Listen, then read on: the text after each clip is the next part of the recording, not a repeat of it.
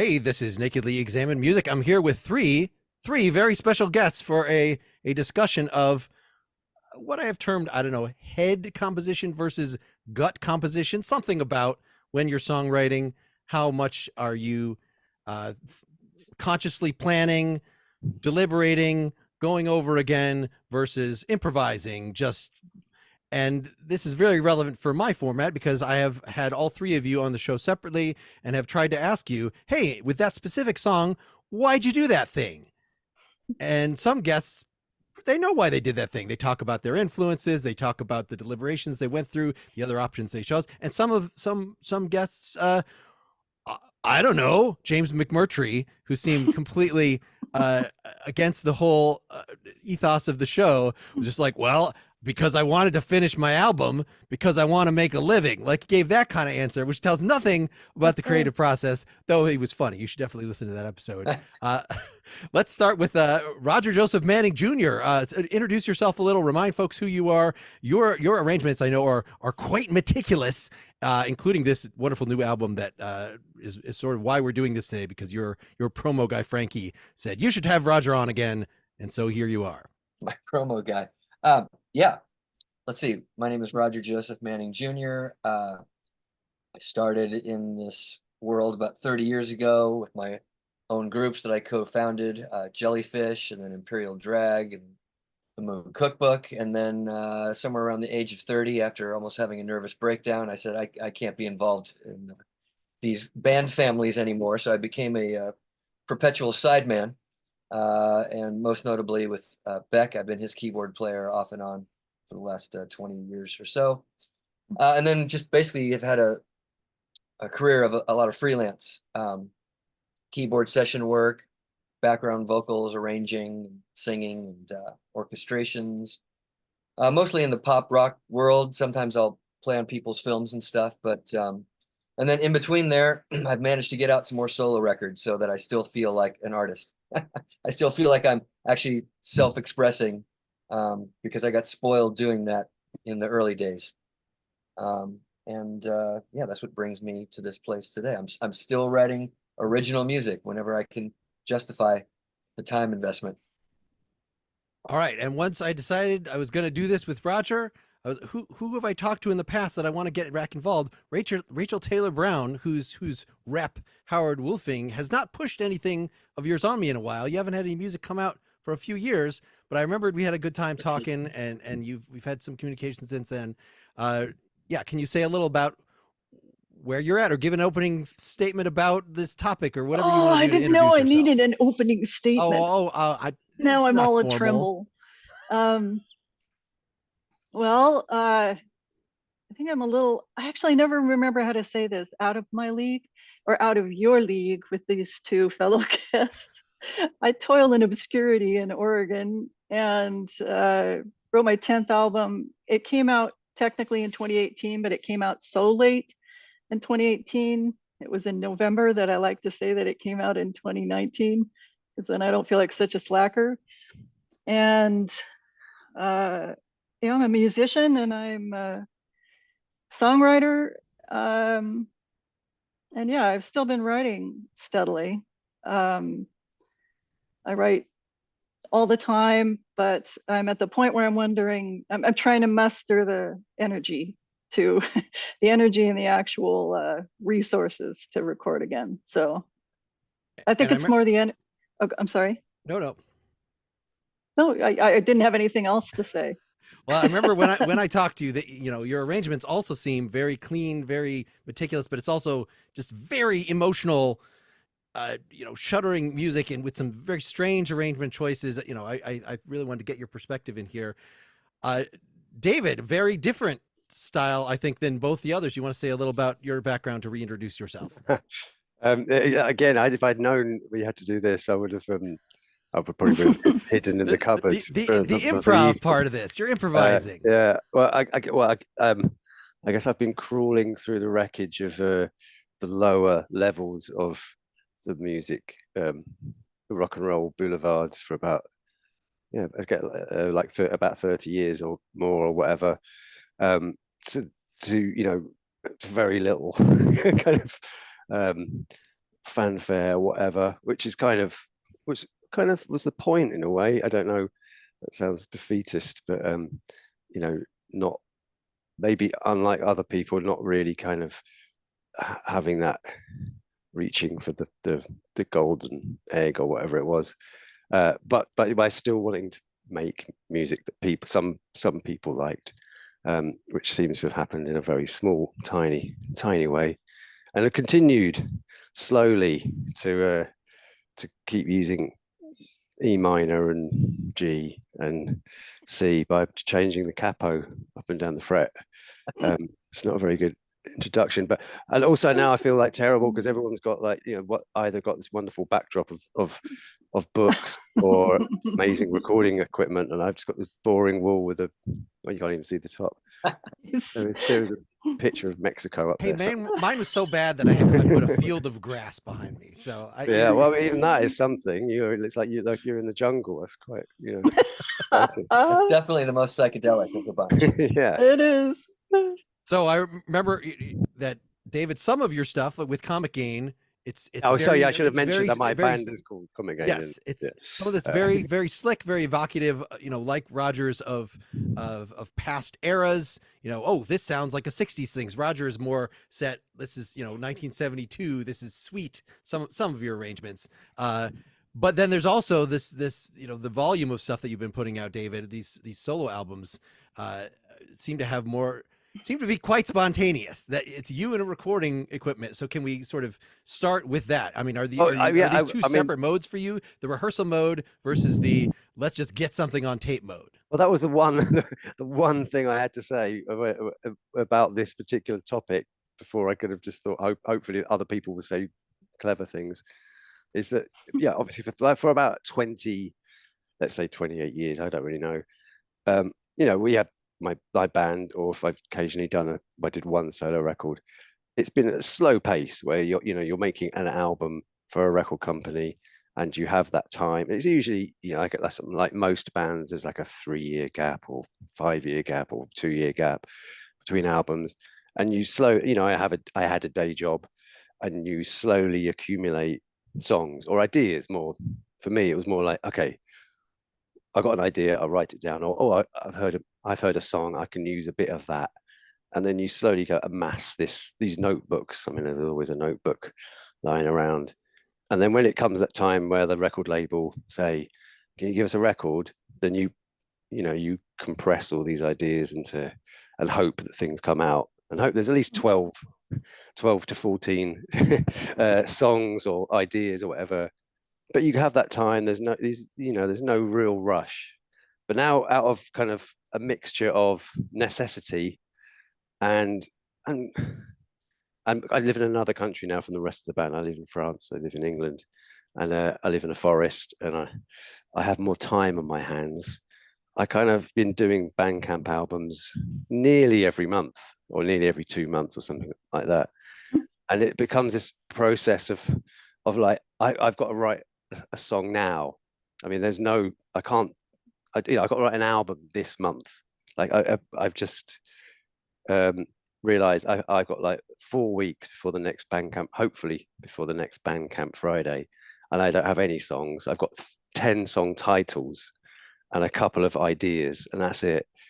And it's quite exciting, of this panic of like, nothing might happen, but let's hope I can get all my gear out and something will occur. And it's for the last 2 years, it's been this kind of seat of the pants kind of thing of like, thank God I've somehow managed to fill, and I wouldn't do it if I didn't think it was good enough, because, you know, there's a lot of rubbish goes into your head, and a lot of like deleting things. But it's quite exciting because I always think of those 60s bands that, you know, made 4 albums a year and things like that.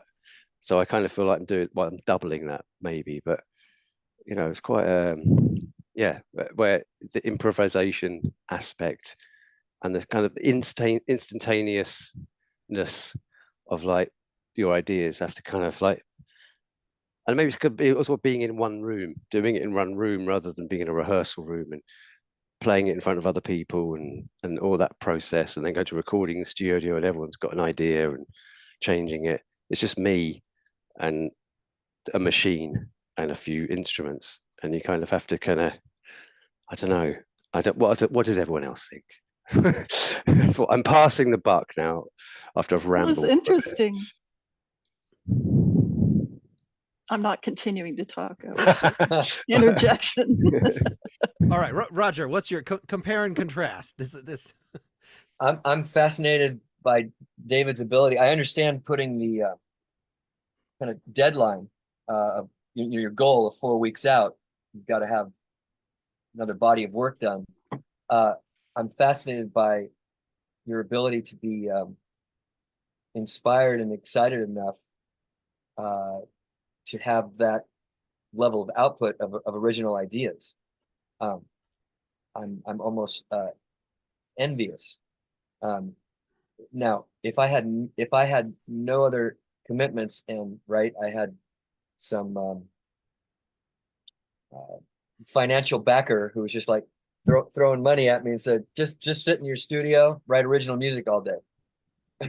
I'm confident that I could come up with plenty of material, but I'm just fascinated because I'm comparing to my typical trajectory, and it I guess I've become a little more jaded over the year. It takes so much for me to get inspired without just sitting in, like, I don't know, 1967 or 1973 or 1983 or something, to be inspired to go add my contribution to that. So, I mean, more power to you. That's fantastic.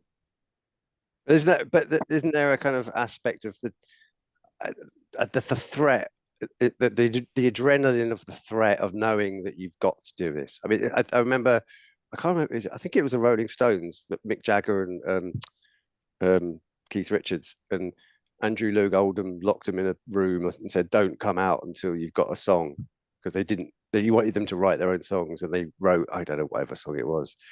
I can't remember. Well, one of the early Rolling Stones songs. Mm-hmm.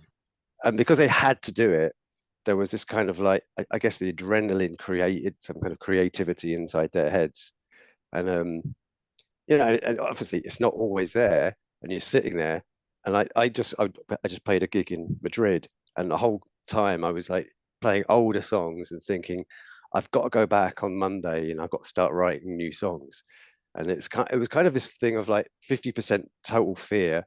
It's like, I don't really know what I'm going to do, and 50% of like, I don't know what I'm going to do. This is excellent, and I quite like freedom.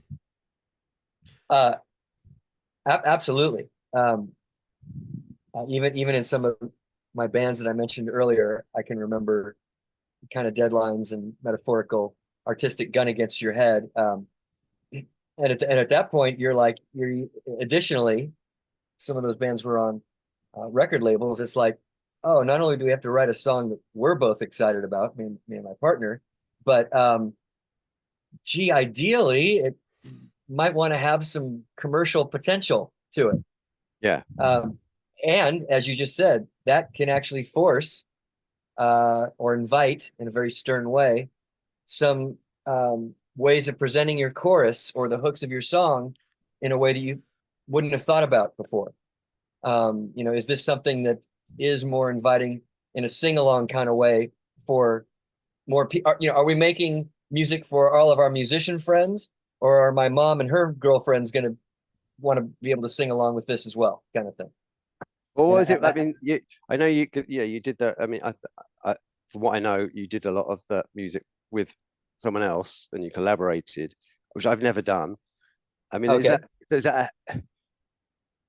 Well, I mean, the advantages of that, there's disadvantage. Obviously, it's like, if like I said, if you had this kind of, we've got to write a song, is it easier to do it, do you think, with someone else?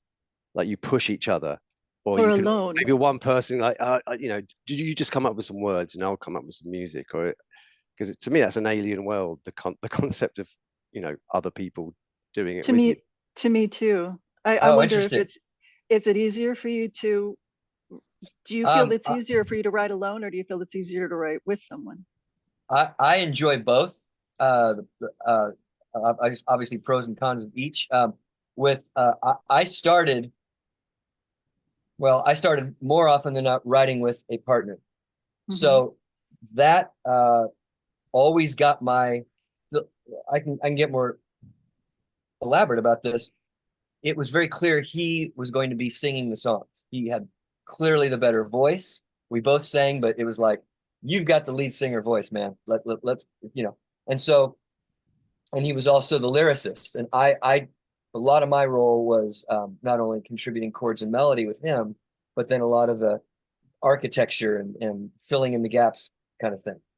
And but I had to, but again, he was perfectly capable of writing on his own. He didn't necessarily need me. Thankfully, back in those days, sometimes he'd get stuck. He'd be like, I've got this great part, and I think this is a solid verse, but it needs to explode into a chorus, and I just keep hitting a dead end. And those are my job requirements right then and there. It's like, either figure out how the two of you are going to get out of this puzzle, or you're not going to be a part of this creative moment.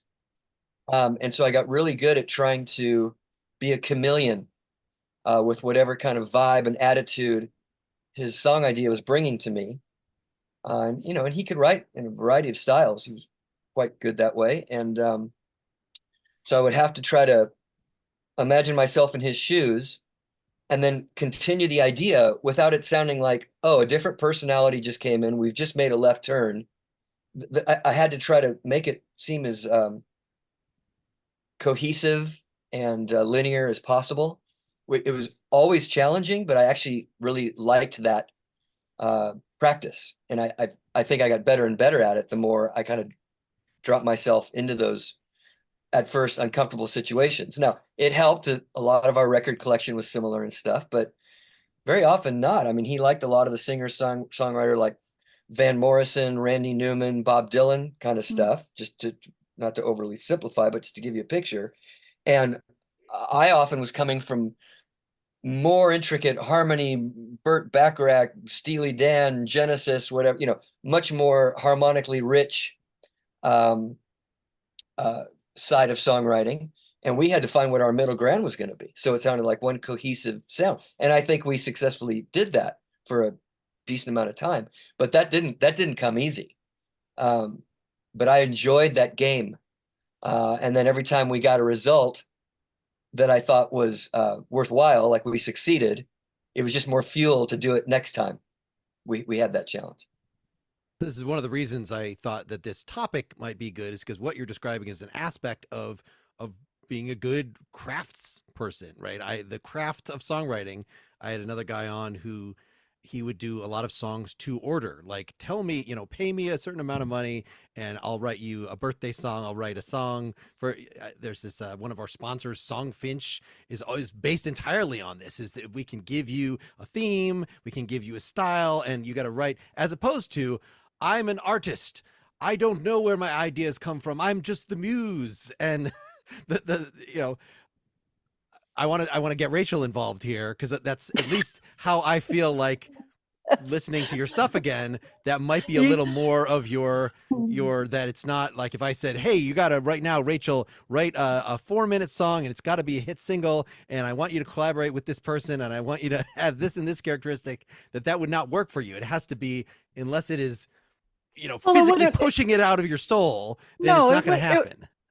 That's an assignment, Okay. And that wouldn't work for me for sure with my own music.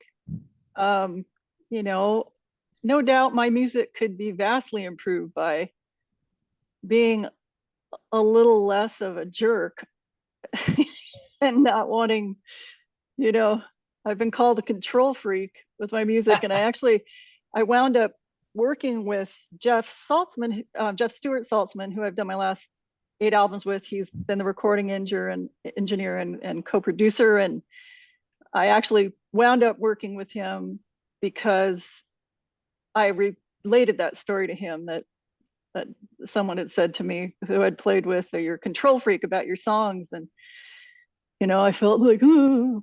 And Jeff said, well, you should be a control freak. It's your music. And I was like, oh, I'll work with you. But yeah, I can write a pop song or a country song or whatever pretty quickly. And sometimes just do that kind of thing for fun. But when I'm putting together an album, for me, generally, I hate to bring up concept album because I don't start out with a concept and think this is what I'm going to write, with rare exception. What happens for me is usually I'm just trying to get down what's going on in my head all the time.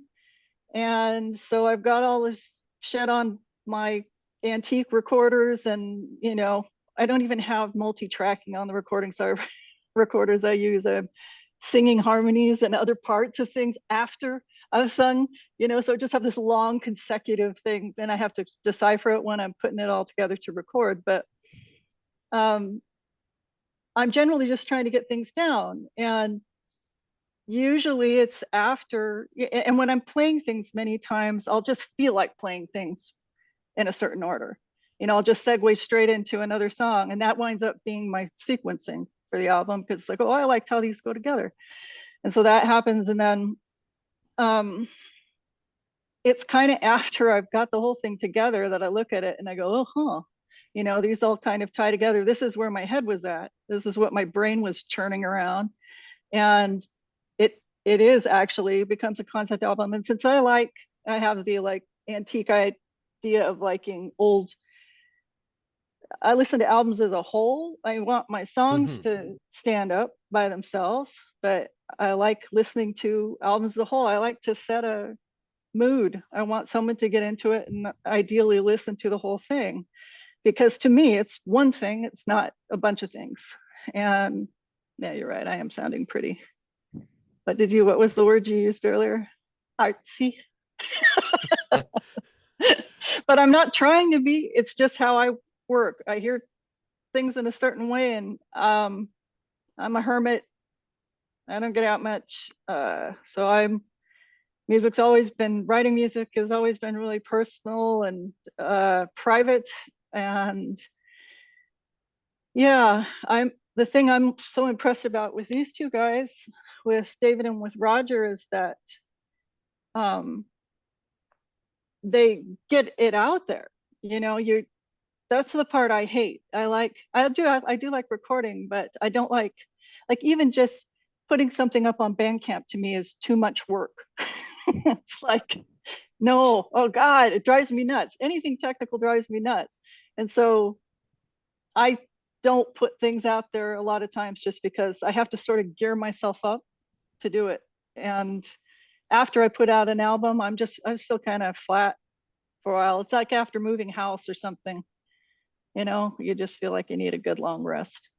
Can I ask a question about if you say you create these records as a whole, like this, it exists as a thing. Do you, before you kind of say this is done, okay, this is my album, do you kind of listen back to it and think, well, maybe that doesn't work, I should change that, or make a different song, or I'm missing something? Oh, sure. Or afterwards, when you've done it and it's out and it's too late, do you kind of have these Of course. I thought that was right, but it's not. Yeah, of course. Yeah. Right. I've some albums I feel like I've been more successful at getting out what I really wanted, making it what I really wanted. The last album, I brought in a song that I'd written a long time ago that fit into the concept of the album. But now I've noticed I listened back to that album recently, and I realized that I just want to skip over that song. And it is a favorite song for some people, for my two fans. But, I wish I hadn't put it in, because it didn't really fit. Maybe just because inside me, I knew, I wrote this, God, what was it, 15 years ago or something like that. And I kind of wish I hadn't added it. But yeah, I don't really have the concept of the album at the beginning. Like I said, I just sort of I have a few songs that's like, oh, these are, I've written these. It's usually the songs that wind up at the beginning of the album, not all the time. And then, oh, those all flow really great together. I know how I want to do those. And then, yeah, then I have like, oh, well, that's 6 songs. I need more than that. And then I'll try to fit whatever else I've been writing in. And it's sort of like doing a crossword puzzle or something, which I enjoy doing a lot. You know, you're just sort of figuring out, I love figuring out segues and how things fit together, and, you know, key, which key is going into another key, and which rhythm or crunch or sound or whatever is going into another sound. And that part I really enjoy a lot. I like making albums. I like recording albums. I love writing music. I do not like the getting it out there part at all. I like that this puzzle image keeps coming up, because I think part of the question is it just that you've got the finished pieces and you sort of see how some of them fit together, and how am I going to sequence the rest of the album? That's one thing. But what Roger was talking about is like, I have half a song, or what David was just talking about. Like, I've got 3/4 of the puzzle, but there are some gaps. Like, once you've worked out, okay, this is kind of the theme, then, well, maybe I need a really high energy song here. Maybe that's the reason you'd pull in something, you know, I've done this recently from 20 years ago, is that, oh, you know, having a little high energy, something to finish off the concept or make the narrative complete or something. You know, you either have to write fresh or come up with a transition or something like that. Yeah, I don't remember. Go ahead. No, please carry on. No, I say I don't remember why I put it in there. Actually, now I just, not at all. It was not high energy, but I didn't need high energy there. Sure. Yeah. Yeah. David, go ahead.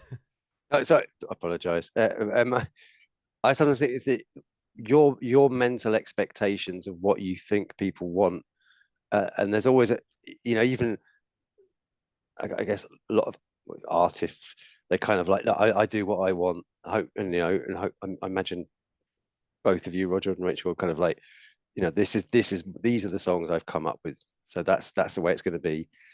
And I think there's something in the back of my head, at least, of like the two fans that we have, you know, the two fans you have. It's like there's a certain expectation of a certain kind style, which in my case is quite kind of, you know, I'm not a fantastic musician or whatever. They're not expecting electric light or like electric light orchestra, but and I mean, I remember thinking that there was like one back. So it was a question I was kind of going to ask, is that there's a difference between like having an album where you have an idea. So because I'm doing Bandcamp albums all the time, it's like, it helps if I have an idea of like, well, this album's going to be kind of, I had an idea of like songs about couples. I was thinking of that Zombies song, Friends of Mine. It's like, what if I do like 12 songs about different couples, but in different styles of music, or something like that? And then you've got something to hang on to. And it helps make it easier. Like, okay, I know the concept now, I just have to fill it in. And then sometimes it's just like, I'm just going to write 12 songs. And I think that's fun. 12 songs. Yeah, it's fun. And they're different now. So I was going to ask about that. But for me, it's like, I did a Bandcamp thing like about a year and a half ago, where I did something different from what I expected people to expect, the two fans. Or I wasn't thinking, I need to put a pop song in here because they're going to expect a pop song. Or they need to be like a garagey punk song because, you know, you're kind of filling in the thing of like, oh, I have to have at least, you know, one ballad or two ballads or this and that. Well, I just did a kind of quite weird thing. I kind of sampled stupid things off YouTube, like people talking, and I did lots of pianos, and you know, and it was really fun to do, and I really enjoyed it, and I quite liked it. And there was more like speaking than singing and instrumentals, and no one bought it. It was kind of like this kind of flat squib, you know, like the worst selling thing I did. And I want to go buy it now. Oh, right. No, don't. Yeah, you got two more fans for that one. Yeah, there's out of 3 now.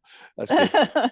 And you know, that's another thing I wonder about. Is like, you know, sometimes when you venture out into like, I want to do this, and then it just fails. I mean, it didn't fail for me artistic. I hate saying that word, but you know, artistically, I quite like that.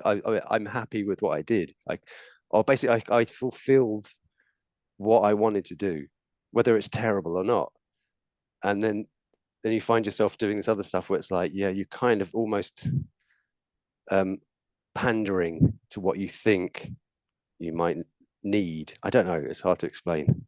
So I No. wondered, See, I don't have opinion. that pressure. You two have been, you've had success at a level where you have to worry about that. And when you were talking about that, I was thinking, I've moaned over, why don't more people know my music? And then I think, I don't know if I want more people to know my music. I don't know. I've been in a really cushy position with my lack of success of being able to do exactly what I what I want to do. I don't think about, I don't care if other people like my music. Of course I do on some level. I want everyone to like my music, but really, I don't have that pressure. I'm just putting out these I don't think albums by there's, myself. yeah, not pressure. I mean, I don't want, I mean, literally, it's like well, I know exactly how many people buy the Bandcamp things. It's just enough, but it's more like, I don't know. It's hard to explain, but that thing of like, okay, this is going to be a good thing, I think, but to yourself, and then you don't get that justification of anyone actually enjoying it. That was one thing I was thinking about, and also that thing of like I said about, if you have an idea for an album, rather than just, I'm just going to write some songs, and then when there's 12 good ones, there I go.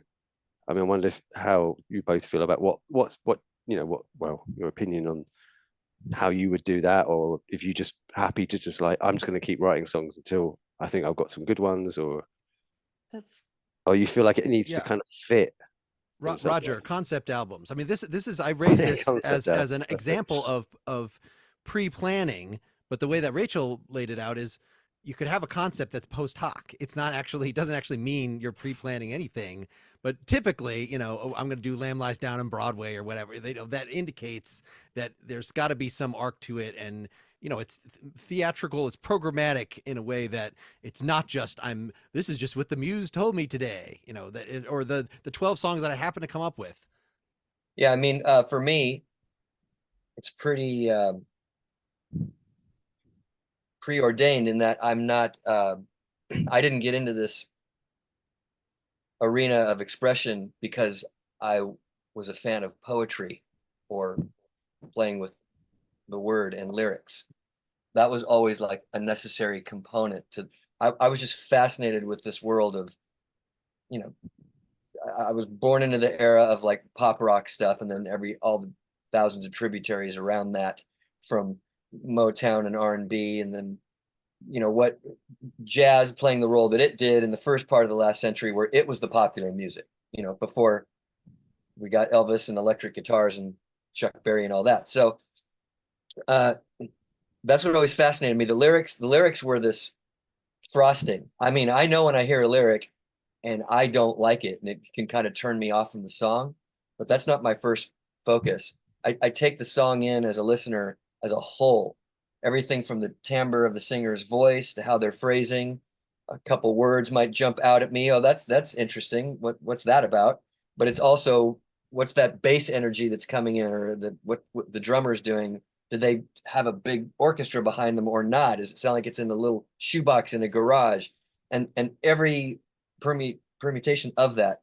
So for me, songwriting has always been, comes from the genesis of a musical idea that's fascinating to me.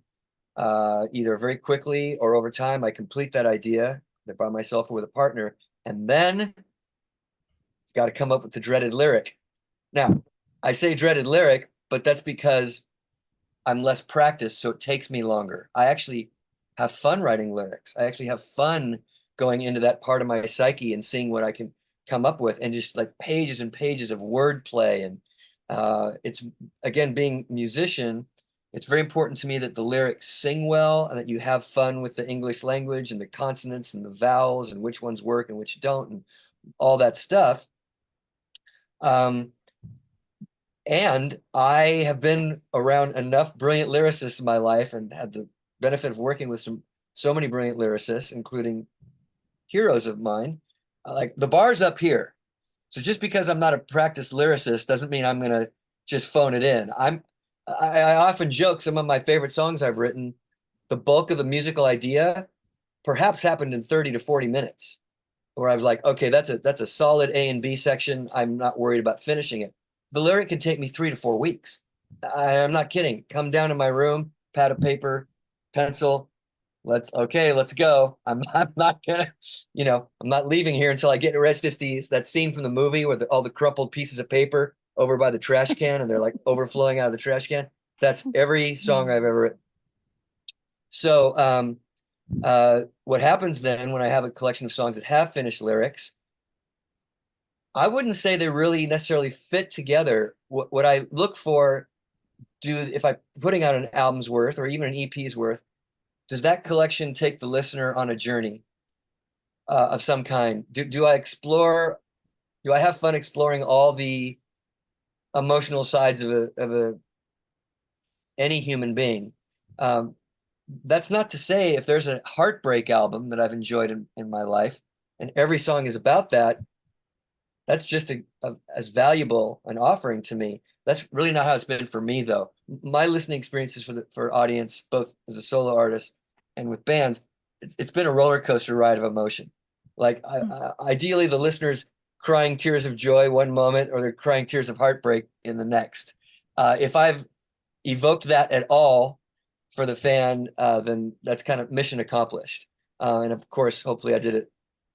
I was convinced that that's what I was doing myself, and that's what drew me in about those songs. They had some kind of emotional intensity, and the lyric only assists in facilitating that. They really work hand in hand. My songs aren't lyric and then everything built around that. It's if the chord progression is moody and melancholy, then ideally the lyric does reflect that as well. But of course, as we all know, you can have fun juxtaposing. Very somber lyric, but a very playful, high energy punk rock musical moment. So to me, there's no one way to get to the finish line. I just know when the idea is complete, and then if by some miracle I can weave those together in a song order and an umbrella and some artwork that ties it all together as the final package, then even better. Well, I know when we talked last time, I was just looking up that it was Malibu, your solo techno project, that a concept album for you was, I'm going to do a bunch of songs in this style with this instrumental palette. Not so much, it's going to be the story of, something that you wrote lyrically first, but like that was definitely a concept album, or at least, Yeah, it was a detour. It was a detour from what I normally do and I'm normally known for. That was a deliberate challenge I gave myself, kind of this alter ego thing where I could go into this other world. And after I got past about 3 or 4 songs, I was like, oh shoot, I think I can do this. Let's see if I can make a whole package out of it. Yeah, a whole album's worth. So you enjoyed it, sounds like. I did, because I gave myself permission to kind of leave what I thought my identity was and go play around in some foreign territory. Foreign territory that I also loved, but didn't think that that's why I was doing this. Again, I gave myself permission to like just put on a mask for a little while. Yeah, that's fun. Yeah, Rachel, I haven't sort of looked systematically through your albums to see if you had any like, okay, well, this is my country album, and I, anything that came out of my mind during that year that was not country, I just postponed till later, or I reinterpreted. Did you have distinct masks phases? Like, is that the way that the albums get identified, or is it really just, no, this is just what I was doing that year? It's more just what I was doing that year. But when I first started playing out, or first started, actually it'd been, I sound like some terrible Southern Gothic novel or something, but I've been like holed up in my house for about 8 years when this painter came by to paint the outside of our house and heard me playing the piano inside and offered to hook me up with someone who recorded stuff. And he wound up being in my band and being a huge help with like I was entirely ignorant. I had brothers, all my brothers had bands when I was growing up, had rock bands, you know, and I'd been singing and doing this kind of stuff, but the business side of things and setting up your own band and all of that, completely ignorant. And I think because I was a little bit like Bambi at that point, like shaky on my legs, um, I had written a lot of countryish songs actually and folk songs. I think at that point I'd been composing, writing mostly on the guitar, and I'm just a serviceable guitarist, you know, so nothing fancy or anything. But I'd written most from my first two albums that they were guitar based, and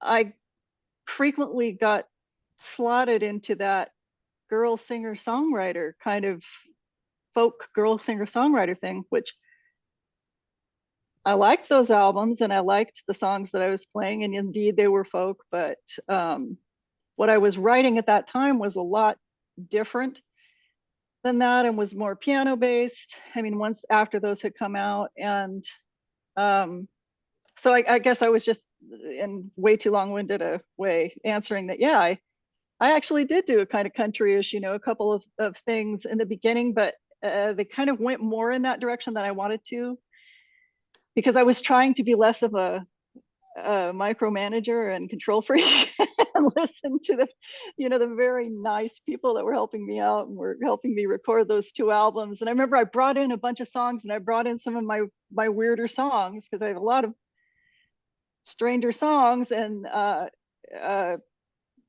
I was gently pushed toward making an album that was more cohesive and content as far as style and things like that. Whereas, you know, I just suit myself now, and I like a not cohesive album. My favorite thing is a not cohesive album. My favorite thing is an album that's all over the map, that's got every style in it, you know, and as long as I think it can go together. I mean, I flatter myself I've made those albums go together, but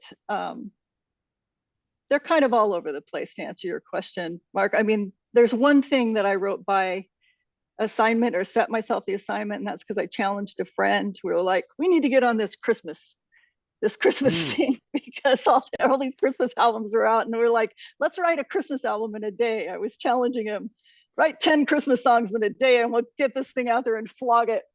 And he turned me down, and I thought, well, shit, I'll do it. And so I wrote 7 Small Winter Songs, which is my sole holiday album.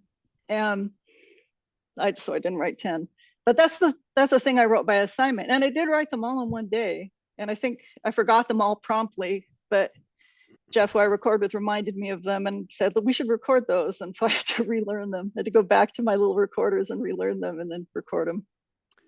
Maybe it matters more when you're starting your career. That I remember my band in college, we had 3 different singer-songwriters in it, and the Beatles' White Album was my favorite thing. And I really liked, let's make every song sound different than every other song. And I had several people tell me, like, but we don't know.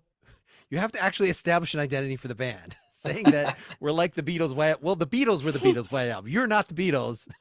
Like, right. Get a sound. Okay, so we became psychedelic rock. All right, you know, that could open. You could do Like a Rainbow. You could still throw a piano ballad in there, as long as it's sort of, I'm doing it from a quirky perspective. Like that was the unifying factor. Yeah, David, I feel like the early Comet Gain stuff was much more, okay, we're doing this particular punk version of a 60s thing or whatever, as opposed to what you do now, which seems a little more all over the map.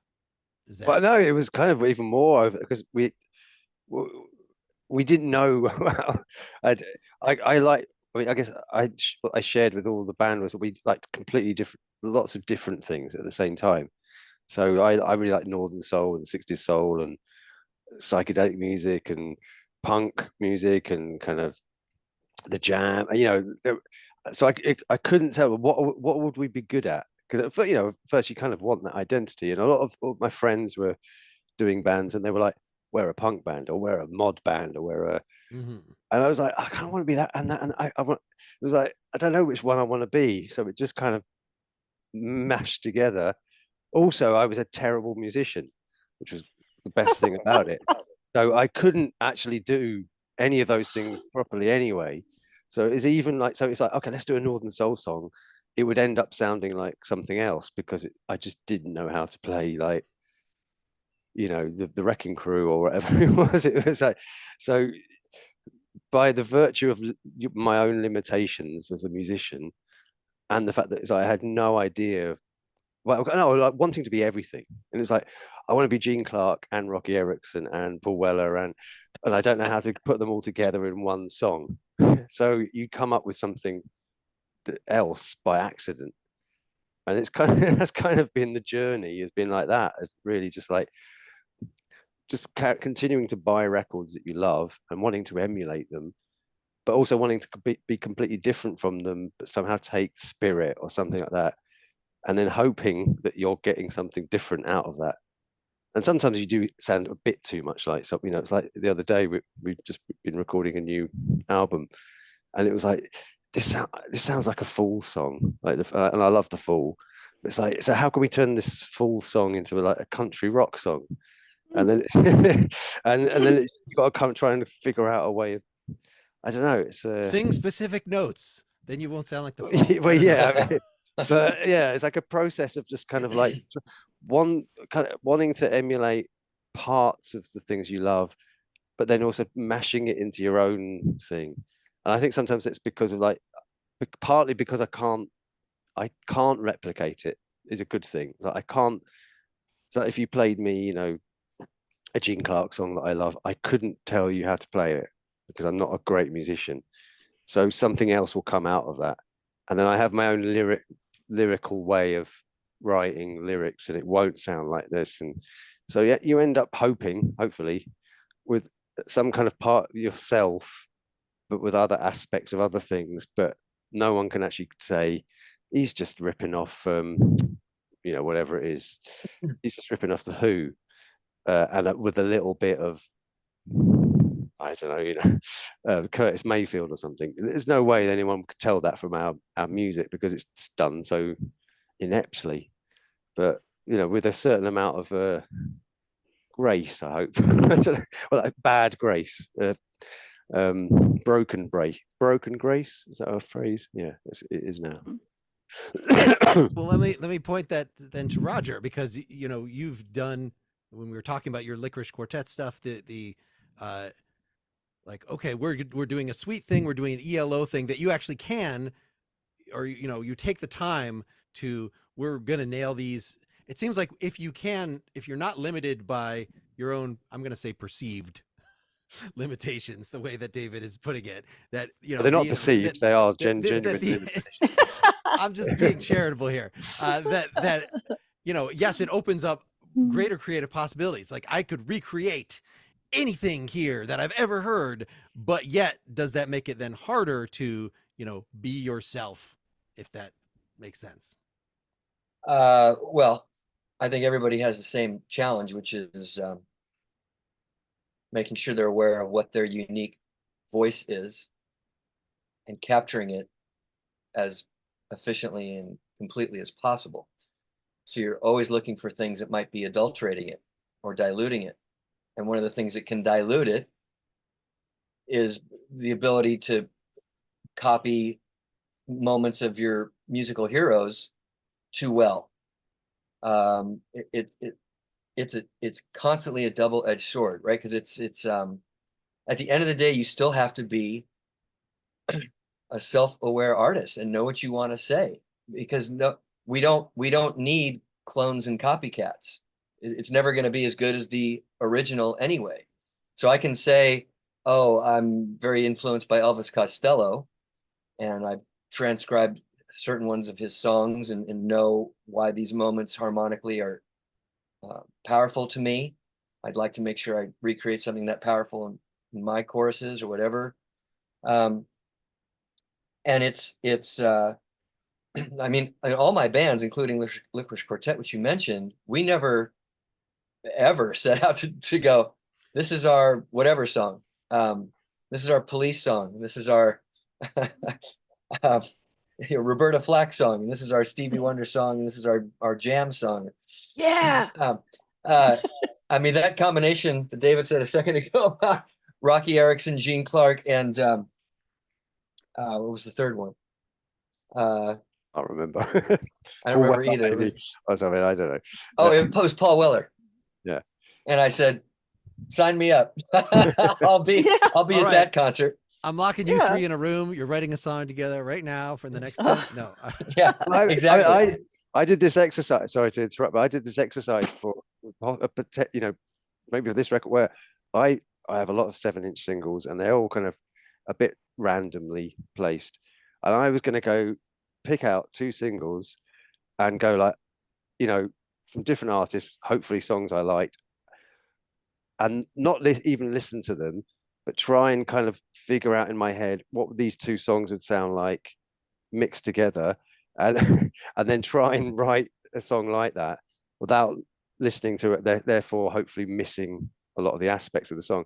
And ironically, one of the songs I picked out was the single of Ghost at Number One, the Jellyfish record, and the other one was this record by Reckless Eric, and it was kind of Wow. like, how do I do this? And it was like, it was this quite like, I thought it was a good challenge to do, where it was like, how would I? And it was quite a garage punky kind of Reckless Eric song, and I just gave up after about 20 minutes. I sat with David with the guitar, just thinking, nah, it's not gonna happen. But you know, every now and again, maybe I could pick 2 songs up like that, and you could come up with something, and it won't sound like either of them, and no one would ever guess in a million Yeah. years.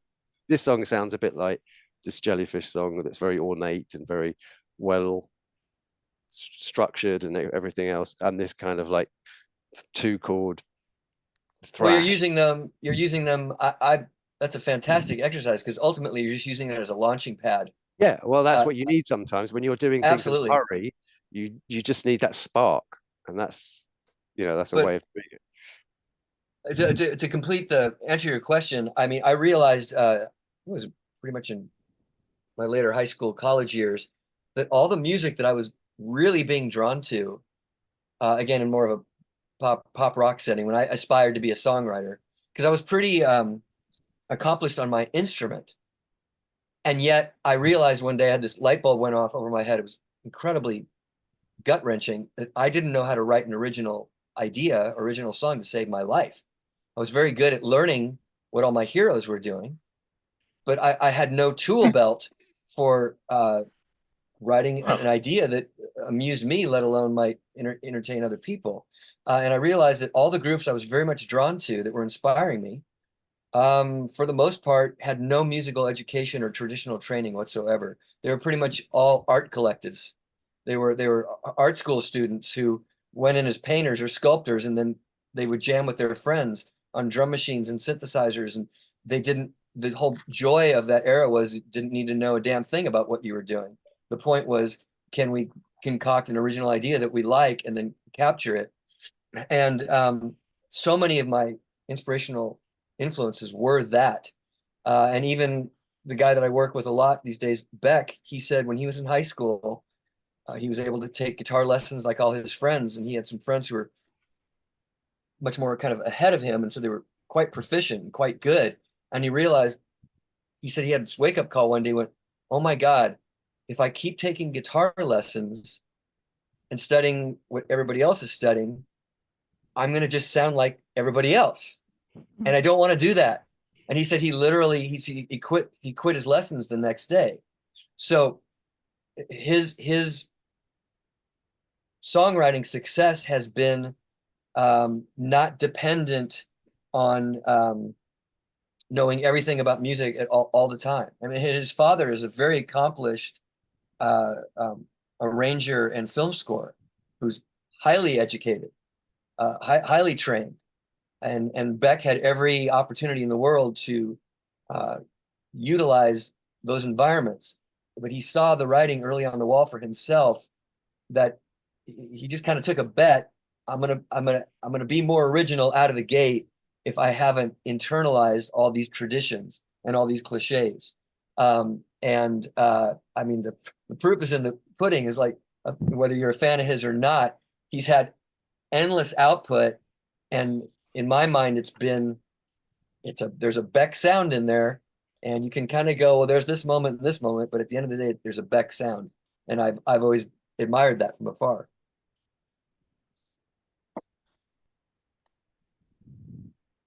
reactions, compare, contrast. I mean, Yeah, I do find that classically trained people have trouble, right? If you're yeah. just you're a perfectionist as a performer, then maybe at least getting to improvisation or songwriting is not an easy thing.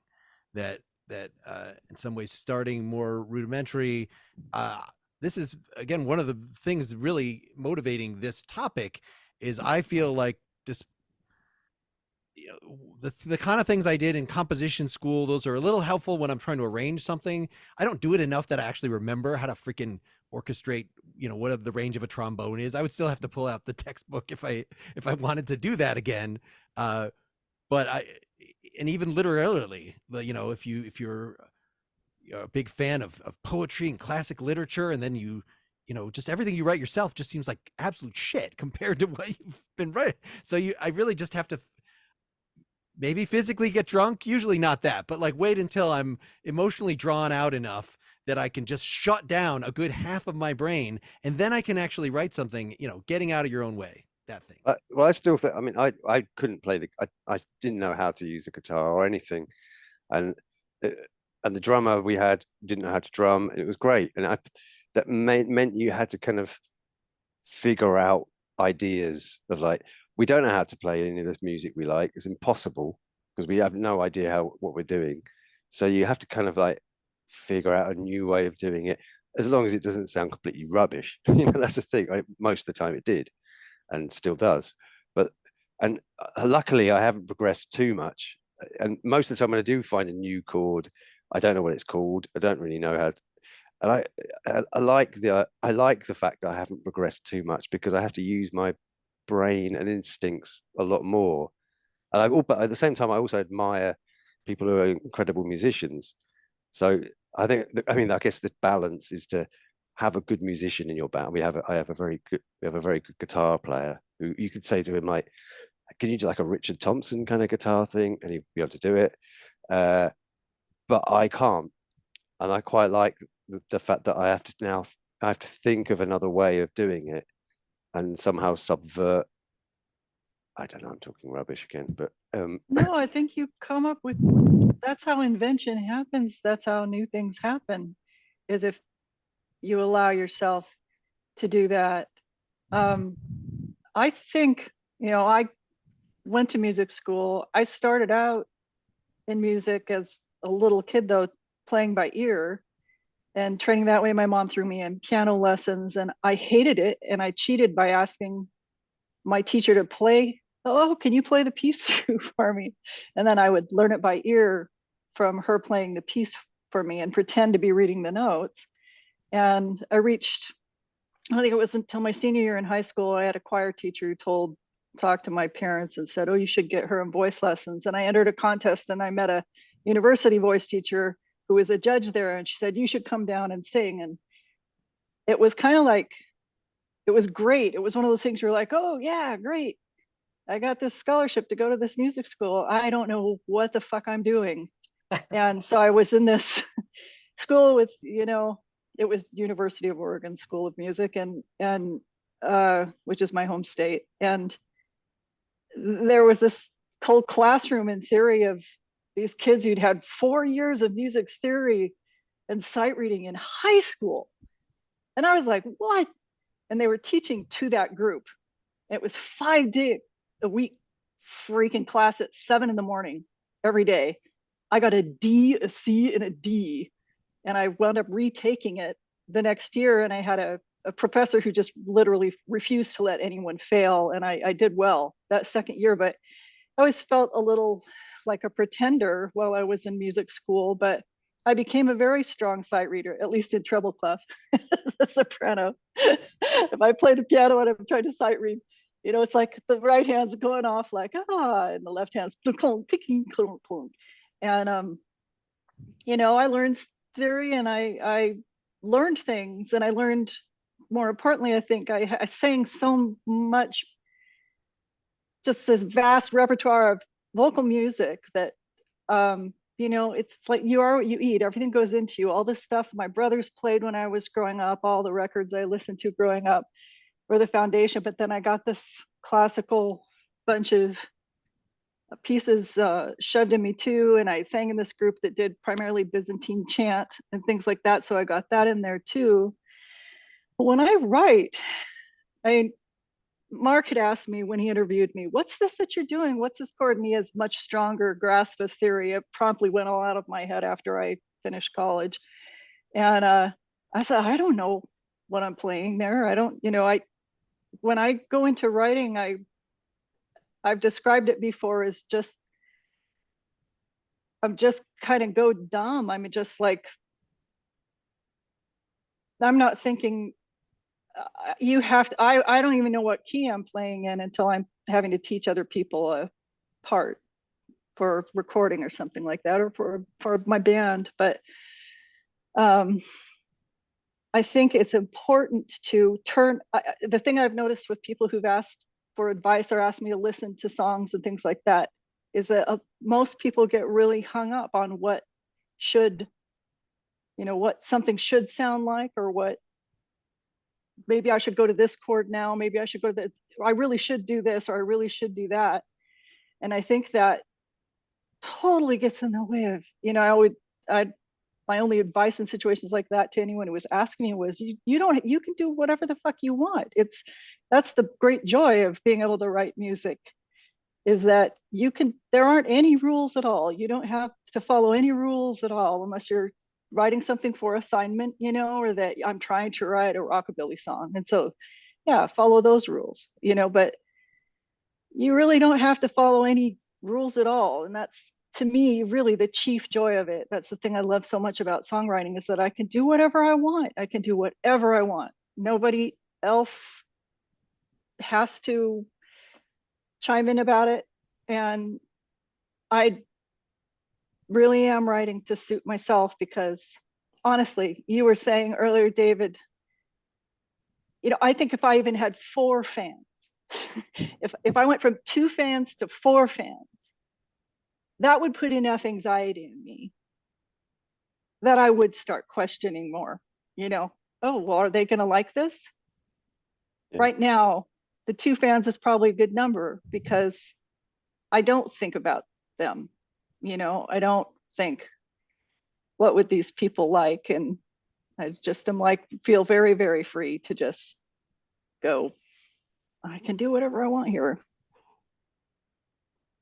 Just to be slightly self-indulgent, I had an album, the first one in quite a while, sort of ready to record as of the summer.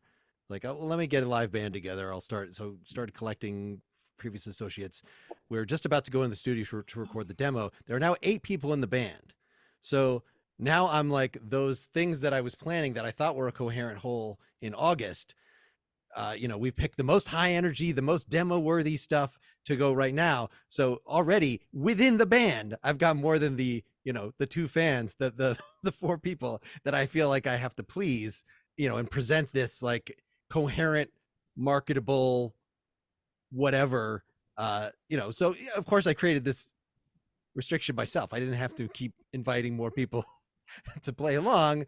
The first couple would have probably just gone along with whatever I wanted, and maybe they even will anyway. But yeah, interesting, Roger. You were mentioning just how different it is when you're in the label situations, the particular. But we've all had, if you want to gig at all, like, constructing a set list, constructing a band image, something has to be coherent, right? So it's not just literally do whatever you want, unless that's your shtick, unless it's like, oh, Rachel's a rebel. Anything could happen at a Rachel show. I'm just lazy Sure. and a hermit. I'm lazy, I'm a hermit, and I guess I don't want to deal with the anxiety that comes with worrying about that. It's too much. Also play half covers. I Yeah.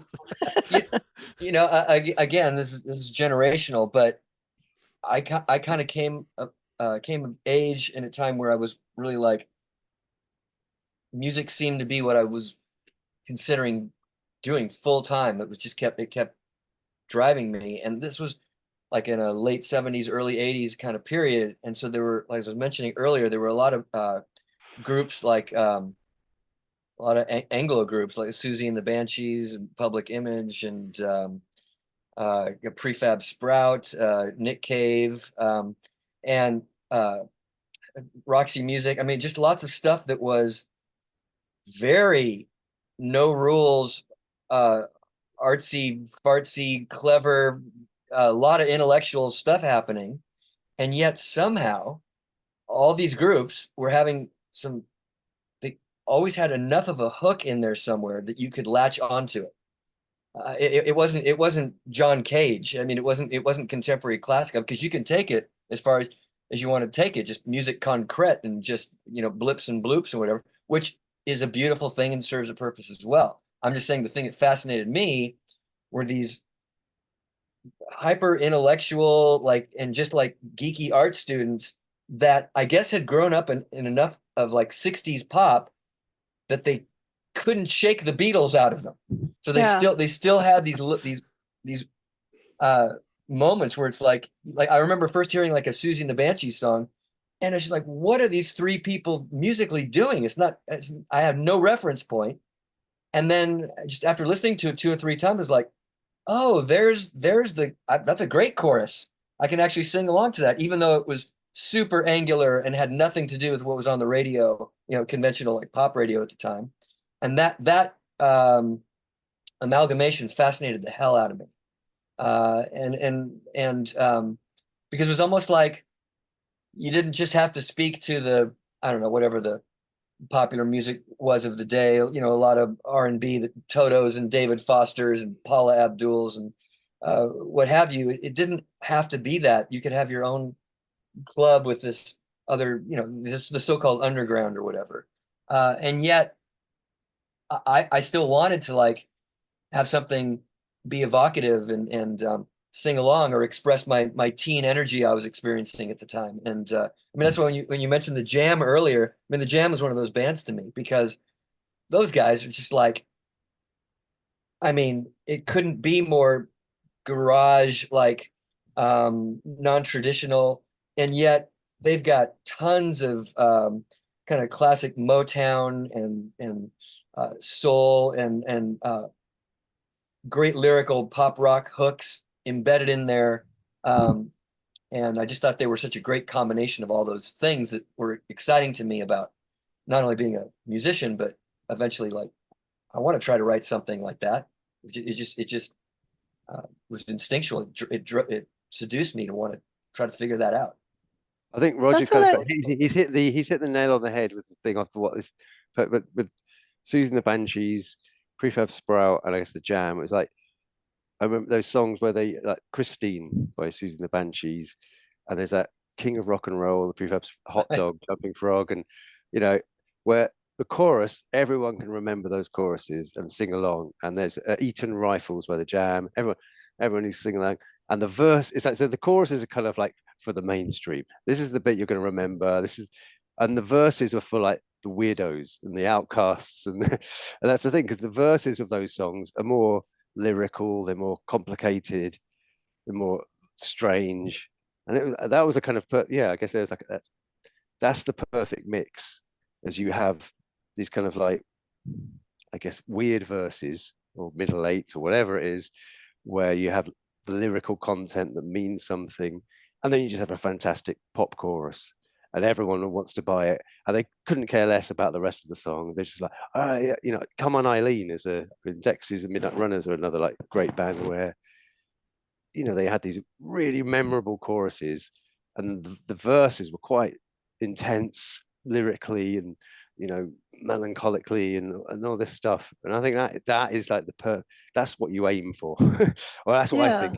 It's to aim for that kind of combination of the dumb and the beautiful, or whatever it is. That's my I agree. I think we're kind of, I don't want to keep you all here too much longer than we'd agreed. Closing thoughts on this whole I mean, I know that the division between improv and programmatic is not sharp, because whenever you're creating anything, you've got your idea generating and you got your editing, and often those happen immediately. So you're producing a bunch of things, but then you're applying your taste to modify it, and it's just a matter of degrees, or how many iterations of revisions, or now we're going to play it live with a band and different people are adding their parts, so that's a whole new level of editing to it. And or it might be very much a mix. With me, I am a lyrics first guy, so very often the lyrics are just what I had on a notebook. But then if I bring it to a band, it might take a long time in terms of, okay, no, let's add an extra guitar solo here, and now we're getting in the studio, and now we're going to layer 5 background vocal parts, and they've got to be just so. Whereas at the core was something that I wrote in 5 minutes. It seems very strange to have the combination of those things. Any thoughts, just from your, as our sort of final thing to go around, from your experience of how you're combining the quick, the slipshod, the inspired, from the overwrought, the very constructed, composed aspect? Rachel, let's start with you. Oh God. I'm just, can I say something really quick before that? And maybe I'll leave Roger and David to address the question. Ducking out, aren't I? I just want to say, one of the things I love about great songwriters that you both were touching on, or very eloquent about, is that, I was talking about the "you are what you eat," all these things you heard when you were growing up, all these things that you listened to. And David, you were talking about trying to sound like something and not able, but then you've come out with this thing of your own. You've come up with this original thing that, in taking all those influences and the things that you've taken in, ingested, you've made. I mean, that's what influences do. Now I hear so much on the radio, it's terrible, that does sound straight out like copying. And I think the best singers and songwriters, or the best songwriters, are taking something and they've ingested it, and then this thing comes out that's like, whoa, what is that? That's amazing. I can kind of hear your influences, but right.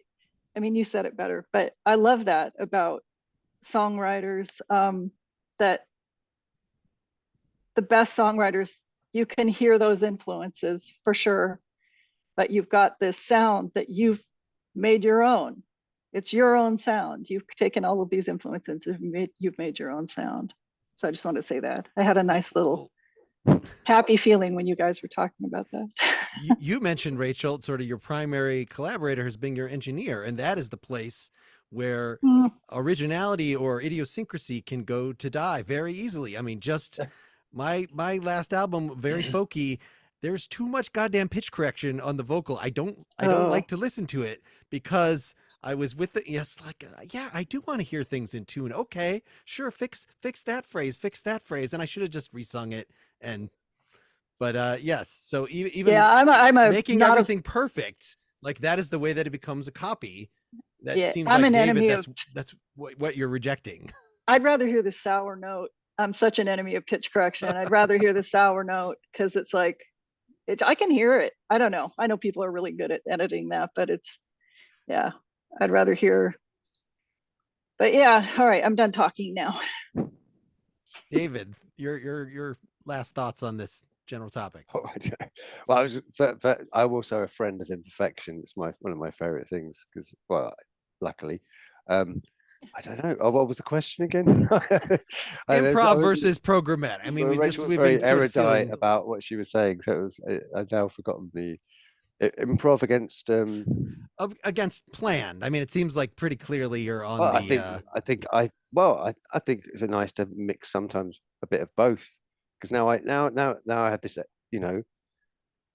I like to anything that, it doesn't matter, as long as you like you're saying, you absorb all these things because you need a bit of guidance, because we're awkward human beings because we're making this music, and you will come out of that. I guess we're all experienced enough now that it's like we've absorbed enough from the musical ether, whatever it is, and it's however it comes out is good, as long as you feel like, okay, I've achieved some part of what I want, and those 2 people are going to like it, those 2 fans, and maybe one day 3, Yes, I think it's as long as yeah.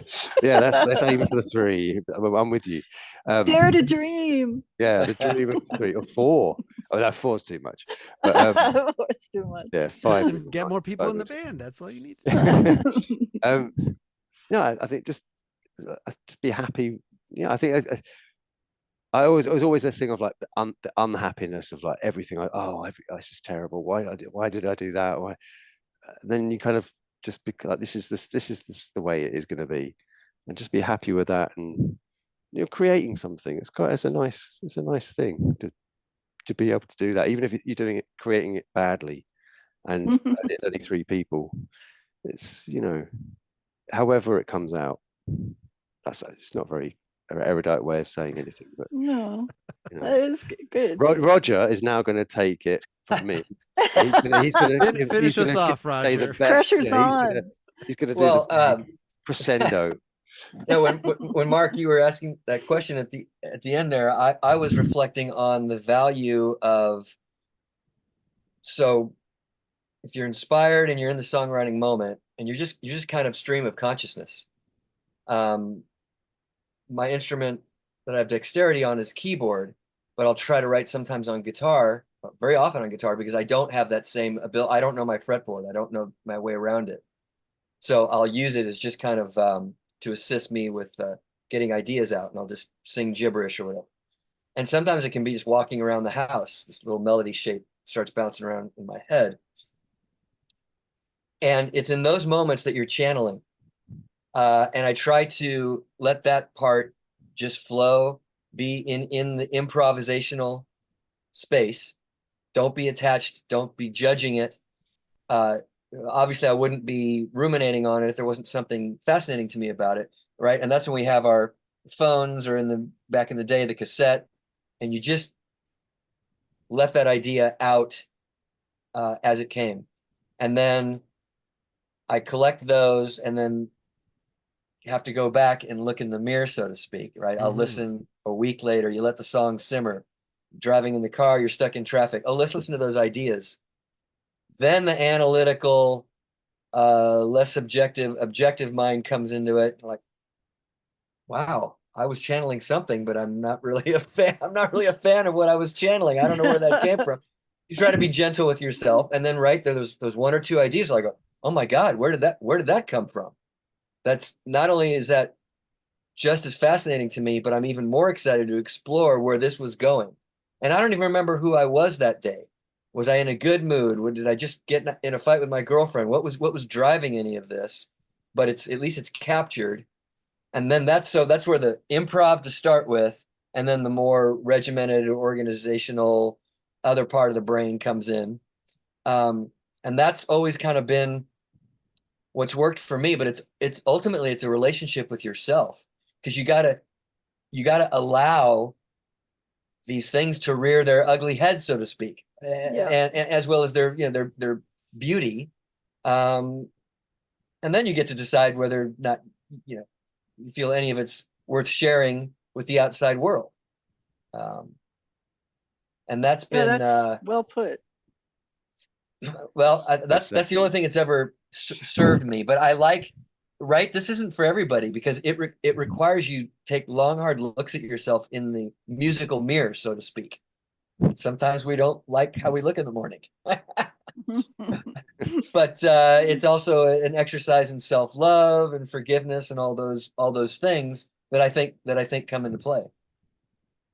Yes, I like the relationship with yourself, as opposed to just having sort of a mean band member that vetoes, 1 out of every 4 ideas you have for good reason, and hones it. Like, that can make a particular project, like why the Beatles are so awesome, because McCartney had too many ideas and somebody had to say no to some of them, and probably should have said no to a few more. But that's not that's why bands break up.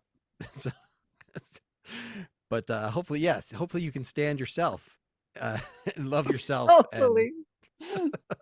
and stay productive. Oh, yeah, and discover parts of yourself you didn't even know were there. Oh, a lot of times the song goes nowhere I wanted it to. And then you try to batter it back into place, like, no. And you just. That has a life of its own. it has a life of its own. I go with it. But You just yeah, stop you're it after a minute 30 seconds. Is that your normal strategy? Thanks to all of you. I think this was a successful experiment to just get you three in a room. And I do wish you'd connect up and write a song together. That would be It's fun been for me a to hear. pleasure and a privilege to Oh, both, well, it's a three of you. real honor to be in the group. Nice meeting you both. I've learned Yes, a lot in this brief hour we've been here, for sure. Yeah, me too. All right. So long, listeners. So long, everybody. Thanks. Thank you. Bye, Thanks, Mark. everybody. Take care, Thank you, everyone. Mark. Good luck with everyone's endeavors in the future. Same. Yes. See you on Same. the rock and roll boulevards. Rock and roll. Okay, take care.